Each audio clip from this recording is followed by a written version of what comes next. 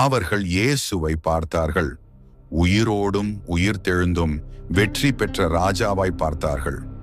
முன்பு அஞ்சி ஓடின அந்த மனிதர்கள் இப்போது அசைக்க முடியாதவர்களாய் நின்றார்கள்.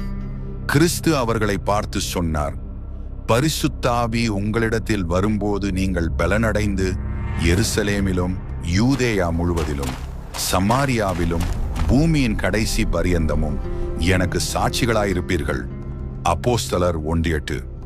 இயேசு கிறிஸ்துவின் சீஷர்கள் 12 பேர், ஆனால் வேதாகமத்தில் 14 பேர் அப்போஸ்தலர்களாக சொல்லப்பட்டுள்ளனர். இவர்கள் கிறிஸ்து பிறப்பு 1ஆம் நூற்றாண்டில் வாழ்ந்து மிகவும் கொடூரமாக இரத்த சாட்சியாக மரித்தார்கள். செபெதேயுவின் குமாரனாகிய யாக்கோபு மற்றும் யூதாஸ் காரியோத்து, இவர்கள் மரித்த 2 சம்பவங்கள் மட்டுமே வேதத்தில் பதிவு செய்யப்பட்டுள்ளது. மற்றவர்கள் எப்படி மரித்தார்கள் என்பதை சரித்திரம் கூறுகிறது. அவர்கள் சுவிசேஷத்திற்காய் புறப்பட்டு சென்றார்கள். பாலைவனங்களையும் கடல்களையும் தாண்டி ராஜ்யங்களையும் பேரரசுகளையும் கடந்தனர். அவர்கள் சுவிசேஷத்தின் நெருப்பை எடுத்துச் சென்றனர். உலகம் அவர்களை அடக்கியது, அவமதித்தது. ஆனால் அவர்களின் சாட்சியத்தை ஒருபோதும் மௌனமாக்க முடியவில்லை.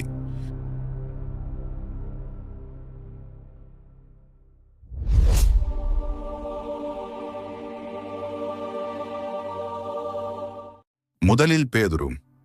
கிபி 64. ரோம் நகரில் அடித்தள குகைகளில் விசுவாசிகள் மெதுவாக ஜெபிக்கிறார்கள். வெளியில் நீரோ மன்னனின் தோட்டங்களில் தீப்பந்தமாக எரியும் கிறிஸ்தவர்கள். பேதுரு மீனவராக இருந்தவர். யாரிடம் போவோம்? நித்திய ஜீவ வசனங்கள் உம்மிடத்தில் உண்டே என்று தன் விசுவாசத்தை வெளிப்படுத்தியவர். முன்பு கிறிஸ்துவை மறுதலித்த பேதுரு பரிசுத்த ஆவியை பெற்று ரோமிலேயே இடி முழக்கமாய் பிரசங்கித்தார். அவர் எழுதியது, பிரியமானவர்களே, உங்களை சோதிக்கும்படி உங்கள் நடுவில் பற்றி எரிகிற அக்கினியை குறித்து ஏதோ புதுமை என்று திகையாமல் கிறிஸ்துவின் மகிமை வெளிப்படும் போது நீங்கள் களி கூர்ந்து மகிழும்படியாக அவருடைய பாடுகளுக்கு நீங்கள் பங்காளிகளானதால் சந்தோஷப்படுங்கள். 1 பேதுரு 4:12. நீரோ மன்னனின் கோபத்தில் பேதுருவை சிலுவையில் அறைய தீர்மானித்தார்கள். அந்த சிலுவையை பார்த்தபோது அவர் சொன்னார், என் ஆண்டவராகிய இயேசுவை போல் அல்ல, நான் தகுதியற்றவன், என்னை தலைகீழாக அறையுங்கள் என்றார். அவ்வாறு பேதுரு தலைகீழாக சிலுவையில் அறையப்பட்டார். அவரது இறுதி மூச்சு ஒரு ஜெபமாக இருந்தது. ஆண்டவரே இயேசுவே, உமது மந்தையை பலப்படுத்தும். அவரது மரணம் ரோமையே உலுக்கியது. அவரின் விசுவாசம் இன்னும் நம்மை பலப்படுத்துகிறது. 2வது அந்திரேயா. கிபி 60 முதல் 70ஆம் காலகட்டம். முதலாவதாக கிறிஸ்துவை பின்தொடர்ந்தவர் அந்திரேயா. மற்றவர்களையும், அதாவது பேதுருவையே இயேசுவிடம் அழைத்தவர் அந்திரேயாதான். சீதியா, அதாவது இன்றைய உக்ரைன் மற்றும் ரஷ்யா பகுதிகள், துர்க்கி, ஆசியா மைனர், கடைசியாக கிரீஸிலும் நாகரிகமற்ற மக்களுக்கு சுவிசேஷம் அறிவித்து வந்தார். இவரை சித்திரவதை செய்து சிலுவையில் ஆணிகளால் அறையாமல் நீண்ட நாட்கள் கஷ்டப்படுவார் என்று நினைத்து அவரை கயிறுகளால் கட்டி தொங்கவிட்டனர். ஆனால் அது சாதாரண சிலுவை அல்ல, எக்ஸ் வடிவ சிலுவை. சிலுவையில் கூட அவரை சுமந்த படைவீரர்களுக்கே சுவிசேஷம் சொன்னார். ஆசீர்வதிக்கப்பட்ட சிலுவையே, நான் நீண்ட நாட்களாக ஏங்கினேன் என்று அவர் கூறினார். 2 நாட்களாக அவர் சிலுவையில் வேதனையுடன் தொங்கினார். ஆனால் அந்த சமயத்தில் கூட வழிப்போக்கர்களிடம் இயேசுவை பிரசங்கித்து 3ஆம் நாளில் இரத்த சாட்சியாக தன் உயிரை விட்டார். 3வதாக செபெதேயுவின் குமாரன் யாக்கோபு. கிபி 44ஆம் காலகட்டம். இவர் அப்போஸ்தலனாகிய யோவானின் சகோதரன். இடியின் மகன்கள் என்ற அவரது ஆர்வமான குணத்திற்காக இயேசுவால் இப்படி அழைக்கப்பட்டவர். ஆரம்பத்தில் எருசலேமில் போதித்தார். பின்னர் அவர் ஸ்பெயின் சென்று சுவிசேஷத்தை அறிவித்தார். இவரே முதல் அப்போஸ்தலனாக இரத்த சாட்சியாக மரித்தவர். இவர் ஏரோது அக்கிரிப்பா ராஜாவின் ஆட்சியில் எருசலேமில் பட்டயத்தால் கொல்லப்பட்டார். இதை வேத வசனமும் உறுதிப்படுத்துகிறது. அப்போஸ்தலர் 12:1-2 வசனங்கள். நான்காவதாக அப்போஸ்தலனாகிய பர்த்தொலோமேயு. கலிலேயா நாட்டில் உள்ள கானா ஊரில் பாலஸ்தீன தேசத்தில் பிறந்த இவரின் இயற்பெயர் நாத்தான்வேல். இவர் கள்ளம் கபடற்ற மனதுடையவர். இதோ கபடற்ற உத்தம இஸ்ரவேலன் என்று இயேசுவாலே அழைக்கப்பட்டவர். யோவான் 1:47. இயேசுவின் உயிர்த்தெழுதலை தொடர்ந்து பர்த்தொலோமேயு பல நாடுகளில் சுவிசேஷம் அறிவித்தார். இவர் இந்தியாவிற்கு, குறிப்பாக மதுரை, காஞ்சிபுரம் வரை நற்செய்தியை அறிவிக்க வந்தார். இந்துக்கள் மற்றும் பிராமணர்கள் மத்தியில் பணி செய்தார். இறுதியாக அர்மேனியா தேசத்திற்கு சென்றார். அங்கு நோயாளிகளை குணப்படுத்தவும் இறந்தவரை உயிர்ப்பித்தும் வந்தார். அர்மேனியாவில் சுவிசேஷம் அறிவித்த போது அங்குள்ள அரசன் அஸ்தியாகஸ் அவரை கொல்ல ஆணையிட்டான். மரண தண்டனை வழங்கினான். பர்த்தொலோமேயு உயிருடன் இருக்கும்போதே இவரது தோலை உரித்து இரத்தம் சிந்த தலைகீழாக தொங்கவிட்டு சித்திரவதை செய்து அவரது தலையை வெட்டி பின்னர் இவரின் உடலை கடலில் வீசினார்கள். ஆயுள் முழுவதையும் ஆத்தும ஆதாய பணியில் ஈடுபடுத்தி ஆயிரக்கணக்கான ஆத்து மக்களை ரட்சிப்புக்குள் வழிநடத்தி இயேசுவுக்காக இரத்த சாட்சியாய் மரித்தார். ஐந்தாவதாக அப்போஸ்தலனாகிய பிலிப்பு. இயேசு கிறிஸ்துவுக்கும் அவரது சீடர்களுக்கும் உணவு தயாரிக்கும் பொறுப்பு பிலிப்புவுக்கே கொடுக்கப்பட்டது. அவர் பெத்சாயிதா என்னும் ஊரில் பிறந்தவர். அதே ஊரில் அந்திரேயாவும் பேதுருவும் இருந்தார்கள். பிலிப்புதான் பர்தொலோமேயுவை இயேசுவிடம் அழைத்து வந்தவர். அப்போஸ்தலனாகிய பிலிப்புவும் மற்றவர்களைப் போலவே நற்செய்தியை அறிவிக்க பல தேசங்களுக்கு சென்றார். முதலில் சிரியா, பின்னர் பிரிகியா, துர்க்கி பகுதியிலும் இன்னும் அநேக இடங்களில் சுவிசேஷம் அறிவித்தார். இவர் சிந்திக்கும் இயல்பு கொண்டவர் என்பதால் அடிக்கடி கேள்விகள் கேட்பவர். கிபி 80 முதல் 90 காலகட்டத்தில் இறுதியாக அவர் துருக்கியில் பிரிகியா நாட்டில் சுவிசேஷம் அறிவித்த போது இந்த நகரத்தார் சர்ப்பத்தை கடவுளாக வழிபட்டு வந்தனர். எதிர்ப்புகள் அதிகமானதால் கோயில் பூசாரிகள் இவர் மேல் பொறாமை கொண்டு ஒரு சிலுவை மரத்தில் தலைகீழாக சிலுவையில் அறைந்து பின் அவரை கல்லால் அடித்துக் கொன்றார்கள். என் கர்த்தராகிய இயேசுவை விட்டு விலக மாட்டேன், அவரை மறுக்க மாட்டேன் என்று அவர் தனது இறுதி நேரத்தில் கூட இயேசுவுக்காக நின்றவர். ஆறாவதாக அப்போஸ்தலன் யோவான். அன்பின் சீடன் என்று அழைக்கப்பட்டவர் இந்த யோவான் தான். இயேசு அவரை அழகான நண்பர் என்று அழைத்தார்.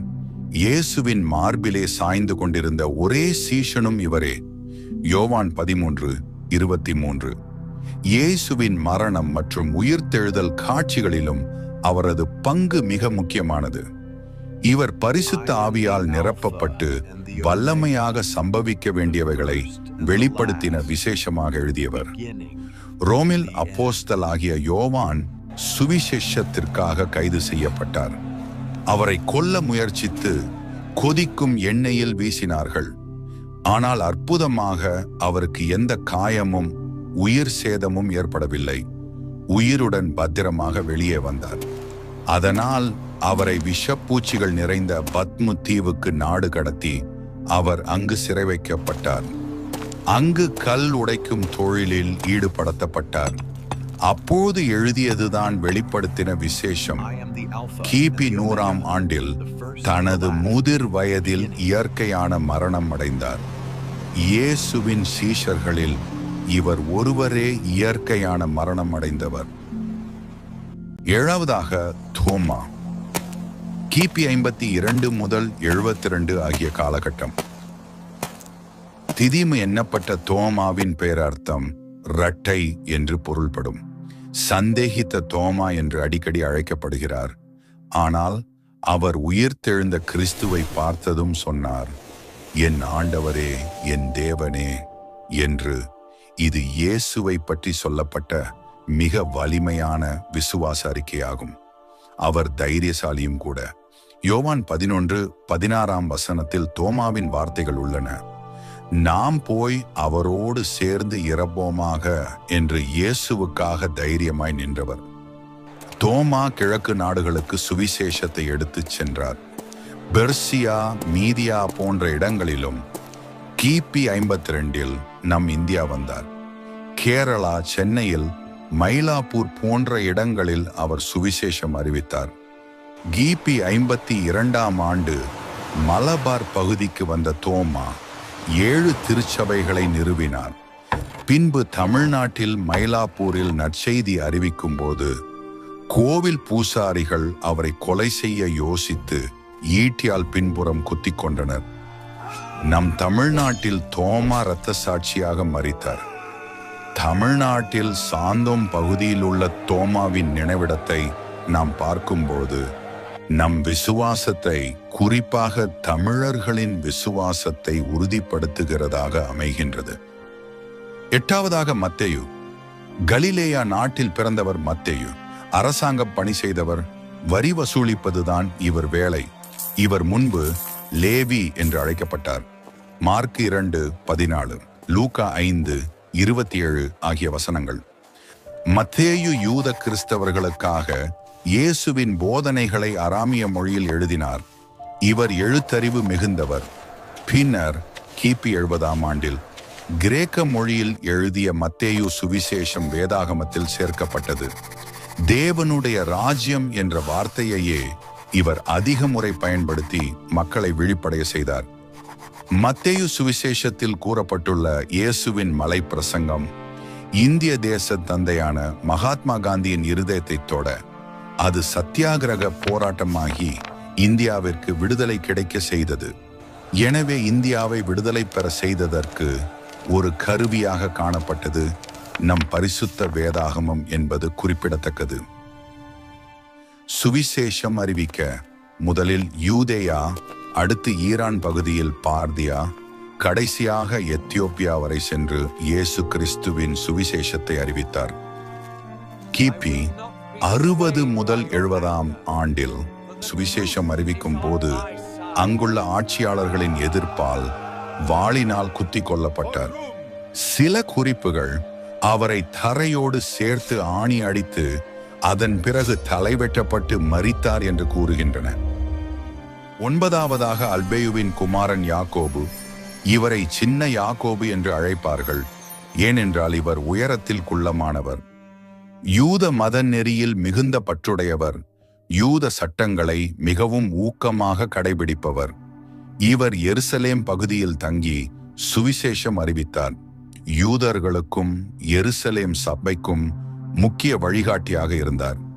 யூத குருவான அன்னாசு என்பவன் இவருக்கு எதிராக எழும்பி ஒரு கூட்டத்தாரை கூட்டி வந்து இவரை பிடித்து ஆலயத்தின் உச்சியிலிருந்து கீழே தள்ளிவிட்டு, அவர் உயிரோடு இருந்ததால் பின்னர் கல்லை எறிந்து மக்கள் அனைவரும் பார்க்கும் வண்ணம் குருதி சிந்த துடிதுடிக்க கொலை செய்தான். இவரின் மரணத்தை கண்ட மக்கள் இன்னும் அதிகமாக கிறிஸ்துவில் நம்பிக்கை வைத்தார்கள். 10வதாக அப்போஸ்தலன் ததேயு. இவருக்கு யூதா, ததேயு, லெபேயு என்ற பெயர்களும் உண்டு. ததேயு என்பதற்கு இதயம் என்ற பொருள். அவர் இயேசுவிடம் ஒரு முறை கேள்வி கேட்டார். ஆண்டவரே, நீர் உலகத்துக்கு உம்மை வெளிப்படுத்தாமல் எங்களுக்கு உம்மை வெளிப்படுத்தப் போகிற காரணம் என்ன என்றான். யோவான் 14:22 சொல்லுகிறது. இது அவர் ஆழமான ஆன்மீக உணர்வு கொண்டவர் என்பதை காட்டுகிறது. கிபி 65 முதல் 80 ததேயுவாகிய யூதா என்பவர் முதலில் எருசலேம், யூதேயா பகுதிகளில் சுவிசேஷம் அறிவித்தார். பின்னர் சிரியா, அர்மீனியா, பெர்ஷியா போன்ற இடங்களுக்கு போய் பிரசங்கித்தார். பெர்ஷியாவில் அவர் கோடாரியால் வெட்டப்பட்டு கொல்லப்பட்டார். சுவிசேஷத்தின் நிமித்தம் கொல்லப்பட்டார். 11ஆக அப்போஸ்தலனாகிய சீமோன். இவர் ஆர்வமிக்கவராய் உற்சாகமிக்கவராய் இருந்ததால் கானானியனாகிய சீமோன் என்றும் அழைக்கப்பட்டார். மத்தேயு 10:4, லூக்கா 6:15, அப்போஸ்தலர் 1:13 ஆகிய வசனத்தில் இவர் பெயர் உள்ளது. இவர் முன்பு சீலட்ஸ் என்ற தேசியவாத குழுவைச் சேர்ந்தவர். ரோமருக்கு எதிராக போராடும் உற்சாகக்காரர். ஆகவேதான் கானானியன் என்று அழைக்கப்பட்டார். இயேசுவின் ராஜ்யம் பூமியில் ரோம் ராஜ்யத்தை வீழ்த்தி நிறுவப்படும் என எதிர்பார்த்தவர். ஆனால் பரிசுத்த ஆவியின் நிரப்புதலுக்கு பிறகு அவரின் உற்சாகம் சுவிசேஷத்திற்கு அர்ப்பணிக்கப்பட்டது. மற்றவர்களைப் போலவே அவர் எகிப்து, லிபியா, அர்மீனியா, பெர்ஷியா போன்ற இடங்களில் சுவிசேஷம் பிரசங்கித்தார். இவரது மரணம் குறித்து பல்வேறு மரபுகள் உள்ளன. சிலர் இவர் வெட்டி கொல்லப்பட்டார் என்றும், சிலர் இவர் சிரியாவில் சிலுவையில் அறையப்பட்டார் என்றும் கூறுகின்றனர். ஆனால் இவரும் இயேசுவுக்காக இரத்த சாட்சியாய் தன் ஜீவனை விதைத்தார். 12ஆவதாக அப்போஸ்தலனாகிய மத்தியா. யூதாஸ்காரியோத் தற்கொலை செய்த பின் சீஷர்கள் யூதாஸின் இடத்தை நிரப்ப மத்தியாவை தேர்ந்தெடுத்தார்கள். அப்போஸ்தலர் 1:23 முதல் 26 வரை. மத்தியா என்றால் தேவனின் பரிசு என்று அர்த்தம். யோவான் ஞானஸ்நானம் கொடுத்த நாள் முதற்கொண்டு கர்த்தராகிய இயேசுவானவர் உயர் எடுத்துக் கொள்ளப்பட்ட நாள் வரைக்கும் மத்தியா அவர்களோடு இருந்தவர் என தெரிவிக்கிறது வேத வசனம். அப்போஸ்தலர் 1:21. அவர் கப்பதோகியா, துர்க்கி பகுதி, காஸ்பியன் கடற்கரை, எத்தியோப்பியா போன்ற இடங்களில் சுவிசேஷம் பிரசங்கித்தார். கிபி 80 முதல் 90ஆம் காலகட்டம் அவரை கல் எறிந்தும் பின்னர் தலைவெட்டப்பட்டும் கொல்லப்பட்டார். அவரது பெயருக்கு ஏற்ப உண்மையாகவே கர்த்தரின் பரிசு ஆனவர். கிறிஸ்துவுக்காக தங்கள் உயிரையே அர்ப்பணித்த அப்போஸ்தலர்களின் வாழ்க்கையும் அவர்களது உயிர்தியாகவும் நமக்கு பெரிய சாட்சி. அவர்களின் தியாகம் நம் விசுவாசத்தை உறுதிப்படுத்துகிறது. நாமும் நம் வாழ்க்கையில் சுவிசேஷத்திற்காக அன்போடு உறுதியோடு நிற்க அழைக்கப்படுகிறோம். இந்த சாட்சி எப்பொழுதும் நம் இதயங்களில் எரியும் தீபமாக இருக்கட்டும். கர்த்தாவே, உமது அப்போஸ்தலர்களின் விசுவாசத்தையும் தியாகத்தையும் நினைத்தபோது நாங்களும் அதே உறுதியுடன் உம்மை பின்பற்ற தகுதியானவர்களாக இருக்க எங்களுக்கு கிருபை செய்யும். சத்தியத்திற்காக துணிச்சலாக நின்ற அவர்களைப் போல நாங்களும் எப்போதும் உம்மை நேசித்து உமது சித்தத்திலே நிலைத்திருக்க உதவி செய்யும். இயேசுவின் நாமத்தில் ஜெபிக்கிறோம். ஆமென்.